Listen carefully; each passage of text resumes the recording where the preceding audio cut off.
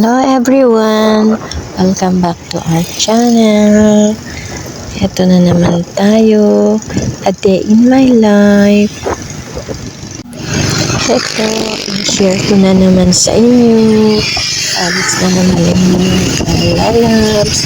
Kasama ko naman ang aking mahal na Mr. Charlotte. Ayan, nandito na kami sa kahabaan na National Road, National Highway. Ayan, day off na naman kasi ni Mr. Kaya tuwing day off ay lumalabas naman kami. Para saan? Para mamili ng pangkusina. O, diba? Ganyan ang routine namin every day off ni Mr. Kaya ayan, samahan nyo kami.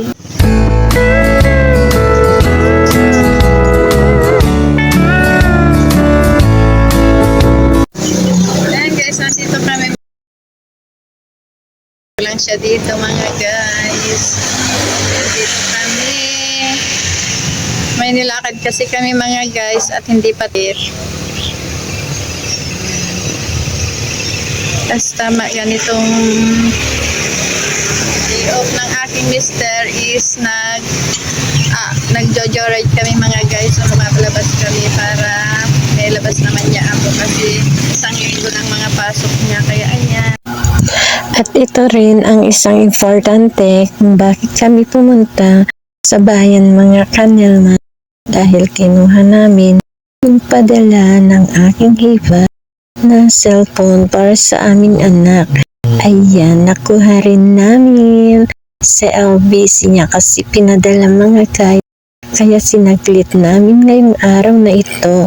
May isang linggo na kasi na hindi pa namin nakukuha, kaya ayan, binigyan namin ng time para makuha na namin at magamit na ng aming anak.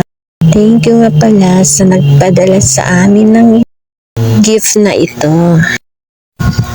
At pagkatapos naman namin nakuha yung parcel mga guys, ay pinunta na namin sa pagawaan ng motor ang aming service kasi may sira na yung bearing niya, papalitan na namin. At saka yung seat cover niya. Na bearing yung service namin mga guys, kaya pagawa muna namin. Tsaka yung seat cover niya, papagawa na rin ni daddy. Kaya syempre, kaya natambay muna kami dito.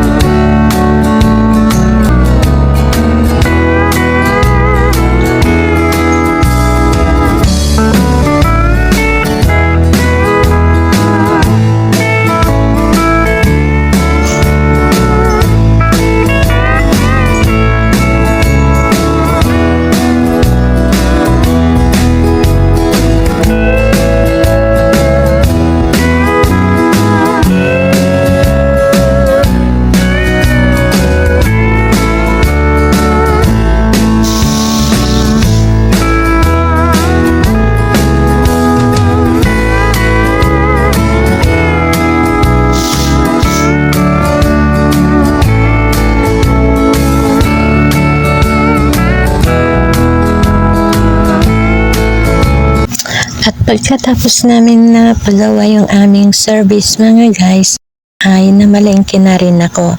Sinabay ko na rin ang pamimili para sa aming condiments sa kusina mga guys.